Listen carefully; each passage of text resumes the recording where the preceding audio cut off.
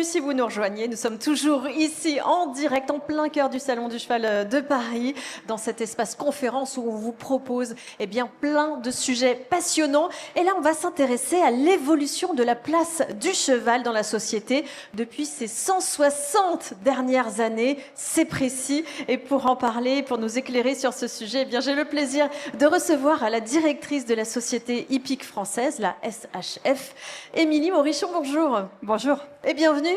Merci. Pour cette nouvelle édition du Salon du Cheval. Alors, le cheval a eu un rôle central dans les années passées, agriculture, transport, guerre, et a toujours sa place malgré tout aujourd'hui, notamment dans le sport, les loisirs, la préservation du patrimoine. Est-ce qu'on pourrait déjà faire avant de parler de ce vif du sujet, parler de la SHF, historiquement est quand même très, très connue, mais c'est de rappeler à celles et ceux qui ne connaissent pas cette société hippique. Alors, bonjour à tous. Je suis très heureuse de pouvoir présenter la Société hippique française. Cette année, nous fêtons nos 160 ans d'existence. C'est pour ça qu'on va faire ce petit rétrospective sur la place du cheval dans la société. 160 ans d'histoire. On est une des anciennes institutions les plus anciennes. Alors, on a eu un rôle qui a évolué justement avec la place du cheval dans la société. Au démarrage, créé en 1865, reconnu d'utilité publique par Napoléon III en 1866, nous avions une première mission principale, c'était de sélectionner les meilleurs chevaux pour chaque utilisation, c'est-à-dire tous les chevaux de service. On avait au démarrage, dans le 19e siècle, surtout un besoin pour les travaux agricoles, une place importante. Dans le monde agricole, le cheval était vraiment essentiel. Nous avions aussi besoin du cheval pour le transport. C'était un vecteur de mobilité importante pour l'ensemble de la population. Et puis le troisième point, c'est que c'était un élément central pour la cavalerie de l'armée. Donc pour ces trois vecteurs, ces trois missions, nous sélectionnons les hongres et les juments pour l'ensemble de ces travaux. Oui, et c'est vrai que Napoléon avait un grand amour pour les chevaux. Exactement. Et ça s'y intéressait évidemment énormément. Il a fait évoluer aussi beaucoup le monde du cheval. Tout à fait. À quel moment le cheval est-il devenu un partenaire pour le sport et pour le loisir? Alors, je pense que déjà, avant de considérer qu'il était un partenaire, parce qu'on a bien là, on parle vraiment de ce travail, en tout cas, qu'on faisait avec le cheval.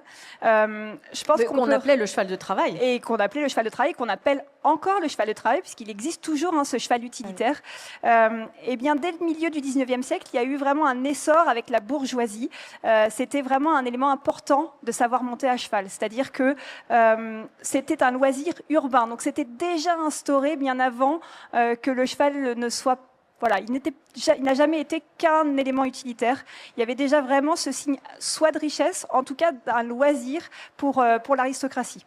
Et puis évidemment, il a évolué un petit peu, on le sait aujourd'hui. Il a évolué et puis il était un support de crédibilité presque pour cette bourgeoisie. C'était comme un label finalement. C'était presque comme un label. Quand on montait à cheval, on montrait qu'on était de la haute société. Tout à fait.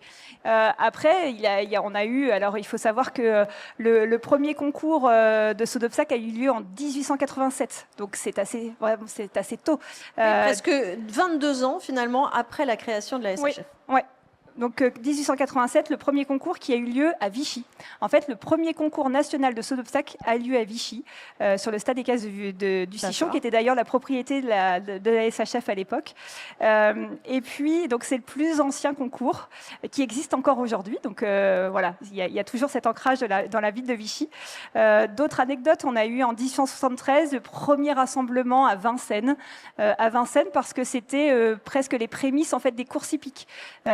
Ça n'était pas encore tout à fait exactement la même chose. Et je crois que dans les archives de la SHF, on nomme, je crois, un peu plus de 100 000 spectateurs déjà à l'époque pour cette première présentation qui ressemblait. Il y a d'autres éléments. L'équitation est devenue olympique en 1912.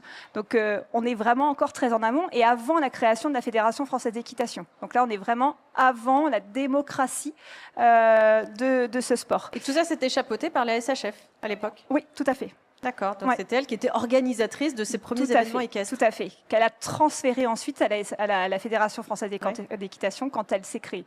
Et je vais en parler un peu pourquoi, parce qu'après on s'est recensé sur d'autres missions. Donc on a ces petites choses. Un autre élément historique que j'aime beaucoup, c'est le record en 1933, le record du saut d'obstacle. Je crois que c'était un cheval qui s'appelait Vol-au-Vent qui a sauté 2,38 m. 1933, c'était justement au Grand Palais. Au Grand Palais, j'ai vu tout à l'heure l'équipe de JL Evans qui est juste derrière et qui va parler du Grand Palais. C'est aujourd'hui encore le saut Hermès qui est au Grand Palais. Et bien, dès le début du XIXe siècle, de toute façon, on était déjà dans l'utilisation du Grand Palais pour le cheval. Donc 1933, on sautait déjà 2,38 m très très haut, 2,38 m. Ça s'appelait déjà une puissance. C'était déjà dans les mœurs. C'est ça. Bon, c'est magnifique. Enfin, déjà, 2,38 m, ça reste toujours impressionnant, quelles que soient les décennies qu'on traverse, d'ailleurs. Tout à fait. Ensuite, comment expliquez-vous la popularité grandissante de l'équitation en France, devenue aujourd'hui l'un des sports les plus pratiqués? Il me semble que c'est la quatrième sport en France. Alors, je pense que là, ce serait plutôt la Fédération française d'équitation qui pourrait parler réellement de cette partie. Il y a eu une politique très forte de démocratisation, c'est-à-dire qu'on était plutôt, on a parlé là d'un signe de bourgeoisie, d'aristocratie. Il y a eu après le développement et la création de tout ce qui est Poney Club, mais un peu plus tard. Mais c'est vraiment cette partie-là, et en tout cas, c'est tout le travail de cette Fédération française d'équitation qui s'appelait d'ailleurs autrement avant. Donc, c'est 100 années de travail qui a fait que on a réussi à apporter, en tout cas de mettre à disposition ce bel animal à l'ensemble de la population, ce qui n'était pas le cas au démarrage. Voilà. Oui. Même si on entend souvent dire que quand on fait de l'équitation, on fait partie de la haute société. Bon, on est plus sur la paille, moi je dirais. Oui, alors justement, je pense qu'il faut qu'on rappelle notre ancrage agricole, et ça tombe bien, parce que comme ça me permettra de faire une petite transition sur les nouvelles missions de la SHF. Oui. À partir du moment où on a transféré, en tout cas, ces activités de concours, donc la partie saut d'obstacle à la Fédération française d'équitation, on s'est orienté toujours sur, je vous ai parlé au démarrage, on sélectionnait et on formait les chevaux de service.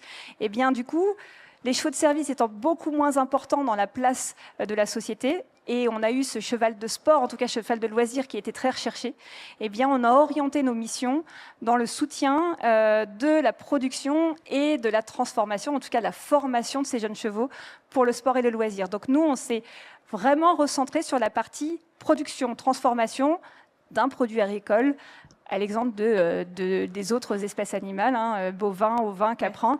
Le cheval est un animal de rente. Et donc, nous avons des éleveurs, et je leur fais un grand clin d'œil parce qu'ils font un travail formidable.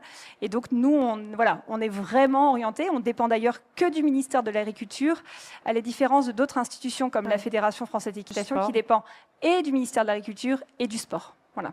Mais vous aussi, vous faites un travail formidable. Quand vous êtes quand même, la SHF est quand même une référence quand même pour le monde de l'élevage. Quand on fait des recherches génétiques sur les chevaux de sport, notamment, vraiment, on trouve de tout. C'est vraiment là qu'on cherche vraiment tous les éléments. Donc, vous faites vous aussi vraiment un travail de fourmi pour pouvoir donner et fournir les éléments à toutes celles et ceux qui ont besoin de trouver, notamment sur l'élevage.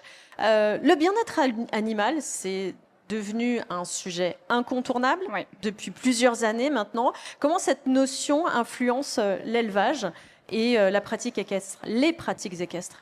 Alors déjà, je pense que la SHF, c'est dans son ADN, le bien-être. C'est-à-dire qu'à partir du moment où on a considéré qu'il fallait former, en tout cas, apporter une compétence aux éleveurs, de les aider à transformer et former les jeunes chevaux, c'est qu'on a considéré que les jeunes chevaux avaient besoin d'être mis un petit peu dans un cocon, en tout cas différent d'un vieux cheval. Donc on a eu tout de suite, en tout cas, cette volonté d'apporter une formation, en tout cas un intérêt très important sur la formation. Je crois que si on rappelle les missions de la SHF, c'est un peu comme l'école de nos enfants.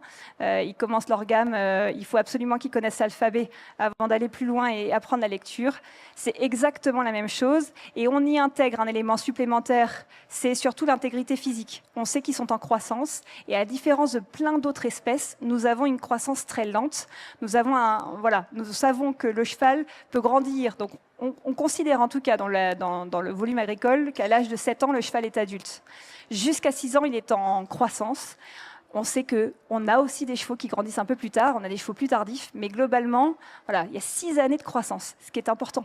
Donc, je crois que c'est vraiment dans l'ADN. Donc, aujourd'hui, on a essayé et on continue à prendre en compte le fait que, un peu comme l'éducation nationale, on va essayer de faire moins de différences et moins de modifications dans nos programmes que l'éducation nationale, mais tous les ans, on se pose la question de savoir si on est en conformité avec les attentes, le besoin du cheval, est-ce qu'on n'est pas trop rapide, puisque l'objectif final, c'est quand même de les préparer à un sport.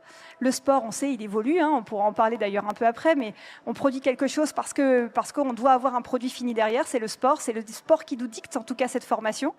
Mais on a toujours cette volonté de faire attention en se disant, oui, est-ce qu'on ne va pas trop vite? Quelles sont les bonnes étapes?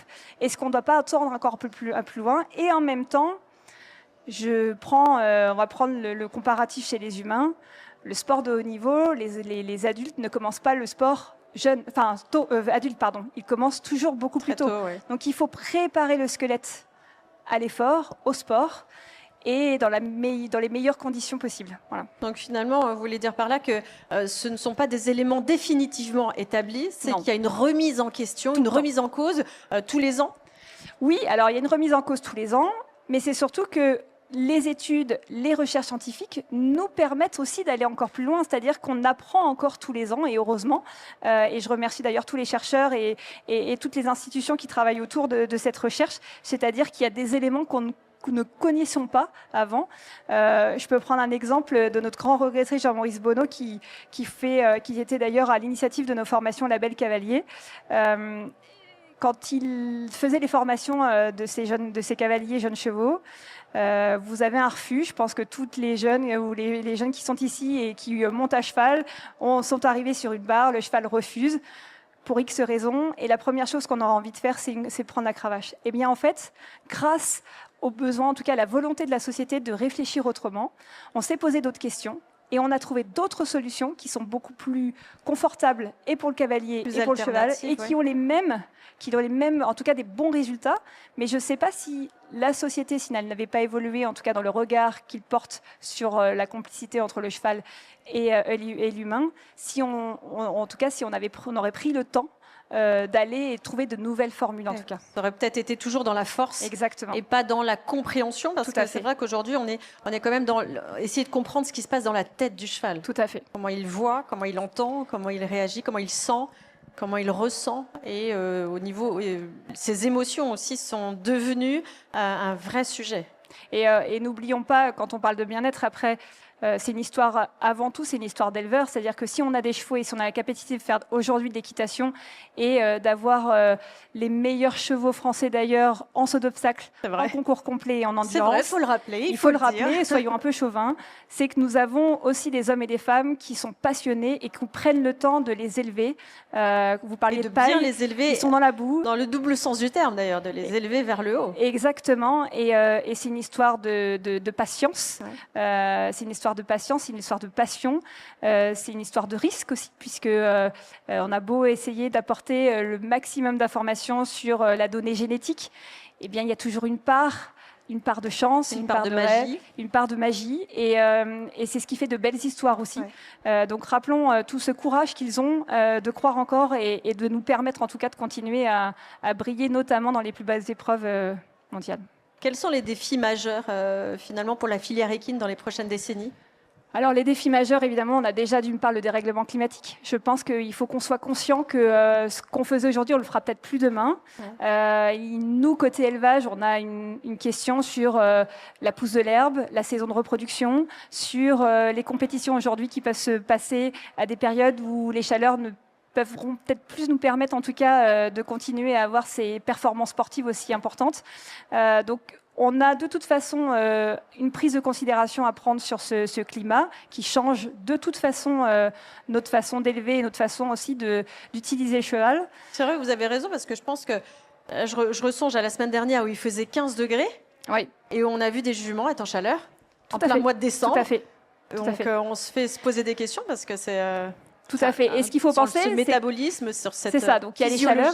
il y a des chaleurs et ce qui est important, c'est de penser au moment où le poulain va naître. C'est-à-dire que la jument et le poulain auront besoin de l'herbe. L'herbe est le premier élément, et l'élément principal. Et si on veut une bonne croissance, si on ne veut pas avoir de problèmes, notamment sur le squelette, etc., il faut qu'il naisse entre mars et... Eh bien, en tout cas, il faut s'assurer que la période où on le fait naître, ce sera sûrement la meilleure période pour la pousse de l'herbe.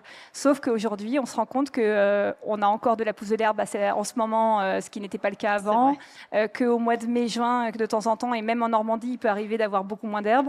Donc voilà, c'est surtout aujourd'hui ce qui est compliqué, c'est on ne peut pas prévoir. Donc il va falloir qu'on arrive à anticiper. On parle aussi des terrains, c'est-à-dire qu'on a une meilleure connaissance technique pour les sols. Je pense qu'on arrive à utiliser un peu mieux les ressources en eau, mais ça sera un élément important pour nous. Évidemment, la bientraitance, je pense qu'il faut qu'on continue à poursuivre, c'est-à-dire que n'oublions pas que si on les élève, si vous les montez, c'est que vous les aimez avant tout. Mais néanmoins, ça reste un animal de rente, ce n'est pas un chien et ce n'est pas un chat. Je pense qu'on a toujours un message à passer. On a beau créer cette complicité, il faudra penser avant tout que leur vie est au maximum dehors, qu'on essaie d'adapter au mieux des conditions de vie de nos chevaux, que ça reste malgré tout un animal de rente. Voilà. Je pense que c'est important qu'on arrive à corréler ce qu'est un cheval avec la volonté de la société qui n'est pas toujours en corrélation avec ce qu'est réellement cet animal. Et c'est à nous de faire comprendre en tout cas ces messages. Et d'ailleurs, ce matin, il y avait une conférence sur la méthanisation du fumier équin. Alors, on n'avait pas beaucoup de monde parce qu'effectivement, ça peut paraître encore assez désuète comme sujet, et c'est un vrai sujet d'actualité sur recycler pour pouvoir produire du gaz grâce au fumier équin. Ça fait partie aussi des défis de demain de recycler, de retrouver des énergies. Tout à fait.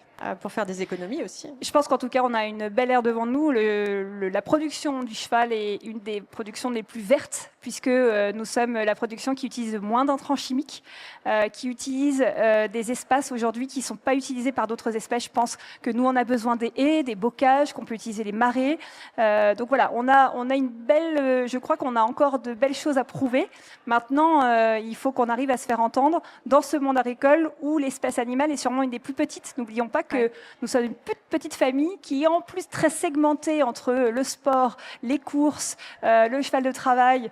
Voilà, il y a autant d'éléments et au final, nous sommes tout petits. Moi, je fais partie, on travaille régulièrement à défendre les intérêts de la filière dans tout le monde agricole. On se retrouve contre les bovins, les ovins. Évidemment, nous sommes tout petits et en même temps, nous avons beaucoup d'atouts à défendre.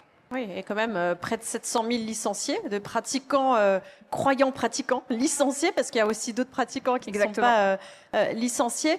Pour conclure, quel est le message que vous aimeriez que le public retienne de cette évolution de ce cheval miroir du patrimoine de l'histoire? Je crois que ce qui est important, c'est qu'on a réussi, malgré l'évolution de sa société, à toujours trouver une place aussi importante du cheval, que ce soit dans les années, que ce soit quand il était un cheval de guerre qu'aujourd'hui, qui est plus vraiment sur cette partie soit de complicité ou de sport.